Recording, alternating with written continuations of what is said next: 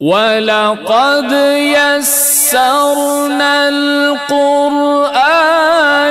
لِلذِّكْرِ فَهَلْ مِن مُّدَّكِرٍ۔ السلام علیکم ورحمۃ اللہ۔ جی پڑھیے۔ اعوذ باللہ من الشیطان الرجیم، بسم اللہ الرحمن الرحیم۔ وَإِنْ خِفْتُمْ أَلَّا تُقْسِطُوا فِي الْيَتَامَى فَانكِحُوا مَا طَابَ لَكُم مِّنَ النِّسَاءِ مَثْنَىٰ وَثُلَاثَ وَرُبَاعَ فَإِنْ خِفْتُمْ أَلَّا تَعْدِلُوا فَوَاحِدَةً أَوْ مَا مَلَكَتْ أَيْمَانُكُمْ ذَلِكَ أَدْنَىٰ أَلَّا تَعُولُوا۔ وقوله تعالى وَإِنْ خِفْتُمْ أَلَّا تُقْسِطُوا فِي الْيَتَامَى فَانكِحُوا، أن الرجل كان يكفل اليتيم لكونه وليا لها ويريد أن يتزوجها فلا يقسط لها في مهرها أي يعدل فيه ويعطيها ما يعطيها غيره من الأزواج، فنهاهم الله أن ينكحوهن إلا أن يقسطوا لهن ويبلغوا بهن أعلى ما هو لهن من الصداق، وأمروا أن ينكحوا ما طاب لهن من النساء سواهن، فهذا سبب نزول الآية كما سيأتي، فهو نهي يخص هذه السورة. وقال جماعة من السلف إن هذه الآية ناسخة لما كان في الجاهلية وفي أول الإسلام من أن للرجل أن يتزوج من الحرائر ما شاء، فقصرهم بهذه الآية على 4. والخوف من الأضداد، ولهذا اختلف الأئمة في معناه في الآية، فقال أبو عبيدة خفتم بمعنى أيقنتم، وقال آخرون خفتم بمعنى ظننتم، وقال ابن عطية وهو الذي اختاره الحزاب وأنه على بابه من الظن لا من اليقين، والمعنى من غلب على ظنه التقصير في العدل لليتيمة فليتركها وينكح غيرها، تقسط فيه قراءتان۔ یہ بین القوسین جو ہے اس کو پڑھنے کی ضرورت نہیں ہے۔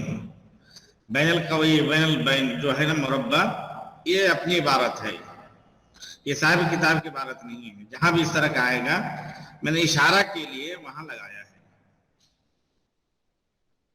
تقسط بفتح، واضح رہے کہ یہ صاحب کتاب کی عبارت نہیں ہے، ڈائریکٹ بتاتے ہیں تقسط بفتح التاء۔ تقسط بفتح التاء من قسط إذا جار، فتكون هذه القراءة على تقدير زيادة لا، كأنه قال وإن خفتم أن تقسطوا، والمعروف عند أهل اللغة أن أقسط بمعنى عدل وقسط بمعنى جار، وإن خفتم ألا تقسطوا في اليتامى، اور اگر تمہیں خوف ہو کہ تم یتیموں کے درمیان انصاف نہ کر سکو، فَانْكِحُوا مَا طَابَ لَكُم مِّنَ النِّسَاءِ، تو عورتوں میں جو تمہیں پسند ہو اس سے نکاح کر لو، دو یا تین یا چار، فَإِنْ خِفْتُمْ أَلَّا تَعْدِلُوا دو یا اور تین اور چار دو اور تین اور چار۔ وَإِنْ خِفْتُمْ أَلَّا تَعْدِلُوا فَوَاحِدَةً، اور اگر تمہیں خوف ہو کہ تم انصاف نہ کر سکو تو ایک پر ہی اکتفا کرو، او ما ملکت ایمانکم، یا جو تمہارے ماتحت جو لونڈیاں ہوں، ذالک ادنیٰ الا تعولوا، اور یہ سب سے ادنا درجہ ہے کہ تم ادنا اقرب کے معنی میں یہ قریب ہے۔ وقوله تعالى وإن خفتم ألا تقسطوا في اليتامى فانكحوا، أي أن الرجل كان يكفل اليتيم لكونه وليا لها، یعنی مرد ہی یتیم کی کفالت کرتا تھا کیونکہ وہ اس کا ولی ہوتا تھا۔ وَيُرِيدُ أَن يَتَزَوَّجَهَا فَلَا يُقْسِطُ لَهَا فِي مَهْرِهَا، اور اس سے مراد یہ ہے کہ وہی اس کی شادی کرتا تھا اور اس کے مہر میں ناانصافی نہیں کرتا تھا۔ وَيُرِيدُ، اور وہ چاہتا تھا کہ اس سے شادی کر لے، ہے نا۔ ان الرجل کان یکفل الیتیمہ، کہ آدمی کسی یتیمہ کی کفالت کرتا تھا، لکونہ ولیا، اس لیے کہ وہ اس کا ولی ہے، اس کے ولی ہونے کی خاطر وہ اس کی کفالت کرتا تھا۔ وَيُرِيدُ، اور وہ چاہتا تھا، ارادہ رکھتا تھا، ان یتزوجہ، کہ وہ اس سے شادی کر لے، لیکن فلا یقسط لها فی مہرها، لیکن اس کے مہر میں وہ انصاف نہیں کرتا تھا. شادی کرنے کا ارادہ تو رکھتا تھا کہ وہ اس کا ولی ہے، اس سے شادی کر لے، لیکن ولی ہونے کی خاطر وہ اپنے ماتحت جو یتیمہ ہیں مہر میں انصاف نہیں کرنا چاہتا تھا کہ ہم جو مہر کا جو مستحق ہے یا میں جس لائق ہوں، میرے اندر جو قدرت صلاحیت ہے کہ میں مہر ادا کروں، تو وہ مہر دینا نہیں چاہتا تھا اپنی یتیمہ کو اس سے شادی کی صورت میں. شادی کرنے کا ارادہ ہے لیکن انصاف نہیں چاہتا ہے کہ وہ انصاف کرے اس کے مہر میں. جی اے یعدل فیہ، یعنی اس میں انصاف نہیں کرتا تھا.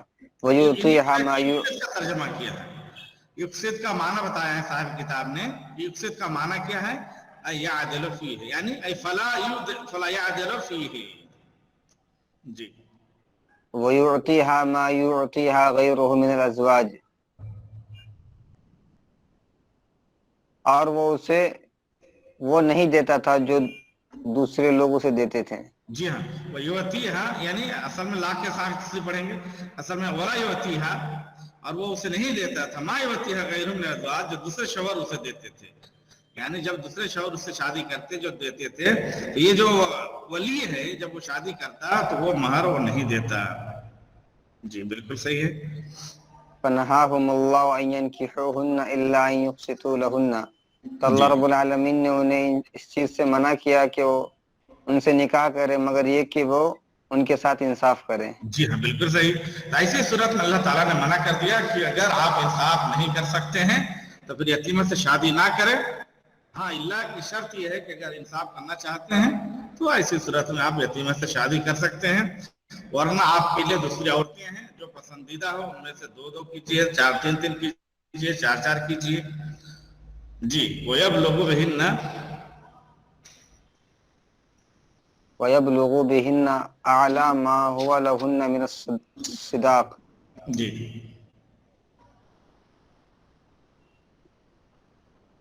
وَيَبْلُغُوا کیا کریں گے ترجمہ؟ لفظی ترجمہ تو اس میں پہنچانے کے ہیں، لیکن یہ ہے کہ ان کا جو سب سے اعلیٰ صداقہ، اعلیٰ مہر ہے، سب سے زیادہ مہر ہے، وہ مہر انہیں عطا کریں کہ ان کے ساتھ انصاف کریں. وَيَبْلُغُ بِهِنَّ، اور وہ پہنچائے انہیں اعلیٰ اس درجے تک پہنچائے جو ان کے لیے ہے، یعنی مہر. ان کا جو اعلیٰ مہر ہے اس درجے تک وہ اسے پہنچا دے، یعنی اسے اعلیٰ مہر عطا کرے. اس یتیمہ کا جو اعلیٰ مہر ہوگا وہ عطا کرے اور اس سے شادی کر لیں. وَأُمِرُوا أَن يَنكِحُوا مَا طَابَ لَهُنَّ مِنَ النِّسَاءِ سِوَاهُنَّ، اور انہیں حکم دیا گیا کہ ان کے علاوہ جو عورتیں انہیں پسند ہو ان سے نکاح کر لیں. جی ہاں، ان سے منع کر دیا. فنہاہم اللہ ینکحوہن، اللہ تعالیٰ نے یتیمہ سے شادی کرنے سے منع کر دیا گیا ہے. وَأُمِرُوا، اور انہیں حکم دیا گیا ہے کہ وہ شادی کریں مَا طَابَ لَهُنَّ مِنَ النِّسَاء، عورتوں میں سے جو پسند ہو، سواہن یتیمہ کے علاوہ، یتیمہ کے علاوہ جو عورتیں پسند ہو ان سے وہ شادی کر لیں. جی فَهَذَا سَبَبُ نُزُولِ الْآيَةِ كَمَا سَيَأْتِي، اور یہی اس آیت کا سبب نزول ہے. جی ہاں، جیسا کہ آئے گا. اس کا بیان آئے گا، اس کا ذکر آئے گا. اصل میں صاحب کتاب پہلے تفسیر درایہ بیان کرتے ہیں، اس کے بعد تفسیر روایت بیان کرتے ہیں. تو روایت کے اندر سبب نزول ذکر کرتے ہیں. تو میں نے وہ حدیث نقل کی ہے نیچے حاشیہ نمبر 2 میں، حدیث پڑھ لیں جو سبب نزول کے طور پر ہے. سبب نزول الآية وإن خفتم ألا تقسطوا في اليتامى عن عائشة رضي الله عنها أن رجلا كانت له يتيمة یہ حاشیہ اس لیے پڑھا ہے چونکہ روایت پڑھتے نہیں ہیں. عام طور سے اس کورس میں صرف درایہ ہی پڑھتے ہیں، لیکن جو اہم چیز ہوتی ہے وہاں سے ہم نقل کر لیتے ہیں تاکہ ہمیں اس کا فائدہ مل سکے. جی وكانت له يتيمة فنكح وكان لها إذق عذق بفتح العين والسكون الضال. وكان لها أزق وكان يمسكها عليه ولم يكن لها من نفسه شيء فنزلت فيه وإن خفتم ألا تقسطوا في اليتامى. جی رواه البخاري. رواه البخاري.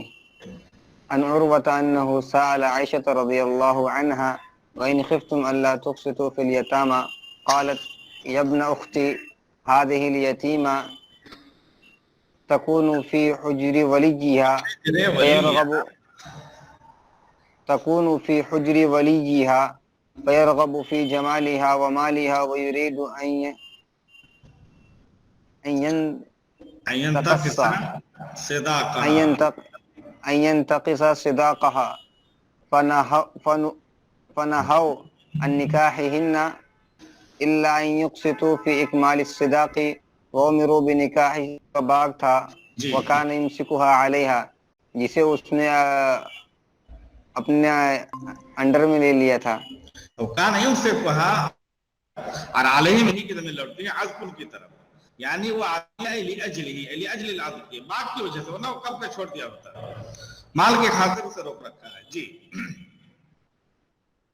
ولم يكن لها من نفسه شيء، جی اور اسے اس میں کچھ اختیار نہ حاصل تھا. ولم يكن لها، اور نہیں ہے اس یتیمہ کے لیے من نفسه، اس کے نفس میں سے کوئی چیز، یعنی کوئی رغبت نہیں ہے اس لڑکی میں، یتیمہ میں. یہ اس کی تاکید ہے کہ اس یتیمہ میں اس کے لیے کوئی رغبت نہیں ہے، کوئی چیز نہیں ہے، صرف باغ کی وجہ سے اس کو اپنے انڈر میں رکھا ہے، اپنی جوزیت میں رکھا ہے. فنزلت فی ہے، تو اللہ تعالیٰ نے یہ آیت نازل کی کہ بھائی مال کی وجہ سے آپ شادی کر لیں، ان کے ساتھ انصاف نہ کریں، ان سے محبت نہ کریں، تو یہ اچھی بات نہیں ہے. اللہ تعالیٰ نے آیت نازل کر دی وَإِنْ خِفْتُمْ أَلَّا تُقْسِطُوا فِي الْيَتَامَى. اسی طرح سے حضرت عروہ بیان کرتے ہیں کہ انہوں نے حضرت عائشہ سے پوچھا اس آیت کے سلسلے میں، تو انہوں نے کہا یا ابن اختی، اے میرے بہن کے بیٹے، ترجمہ کر سکتے ہیں یا بہن کے بیٹے، اے میرے بھانجے، جی یہ ایک یتیم بچی تھی، تکون فی حجر ولیہا، جو اپنے ولی کی ماتحت تھی، جی اور وہ شخص اس کے جمال اور مال میں رغبت رکھتا تھا، جی اور وہ چاہتا تھا کہ اس کی مہر کو کم کر دے. جی تو اس کی نکاح سے ایسے لوگوں کو روک دیا گیا، جی بالکل اللہ صحیح. یہ کہ وہ مہر کو مکمل کریں، جی اور انہیں حکم دیا گیا کہ وہ ان کے سوا دوسری عورتوں سے نکاح کریں. یعنی اللہ یہ کہ وہ مہر مکمل کرنے میں انصاف کرے، اور انہیں حکم دیا گیا کہ ان کے علاوہ کسی دوسری عورتوں سے شادی کر لیں. تو یہی پہلے کرتے زمانہ جاہلیت میں کہ مال کی وجہ سے، جمال کی وجہ سے، خوبصورتی کی وجہ سے شادی کر لیتے تھے اور اسے اپنے پاس روک کے رکھتے تھے، لیکن مہر میں انصاف نہیں کرتے تھے. اس وجہ سے اللہ تعالیٰ نے منع کر دیا. اور یہ اللہ رب العالمین کی بڑی مہربانی ہے کہ یتیمہ کے سلسلے میں یہ وصیت کیا کہ اگر آپ انصاف نہیں کر سکتے ہیں تو آپ یتیمہ سے شادی نہ کریں، بلکہ یتیمہ کے علاوہ بہت سارے عورتیں ہیں دنیا میں، جو پسند ہو اس میں سے دو تین اور چار آپ شادی کر لو. اور یتیمہ سے شادی نہ کرو اگر انصاف نہیں کر سکتے ہیں. جی اس کے بعد فَهُوَ نَهْيٌ، وَهُوَ نَهْيٌ يَخُصُّ هَذِهِ السُّورَةِ، تو یہ نہیں اس صورت کے ساتھ مخصوص ہے. جی اس صورت کے ساتھ مطلب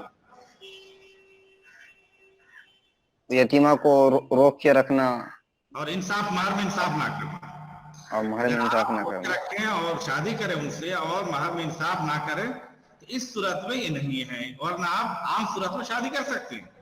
اگر آپ انصاف کرنا چاہیں، مہر پورا دینا چاہیں، اس سے حقیقی معنوں میں آپ پیار محبت کرتے ہیں، اس لیے شادی کر رہے ہیں، تو ایسے صورت میں ممانعت نہیں ہے یتیمہ سے شادی کرنے میں.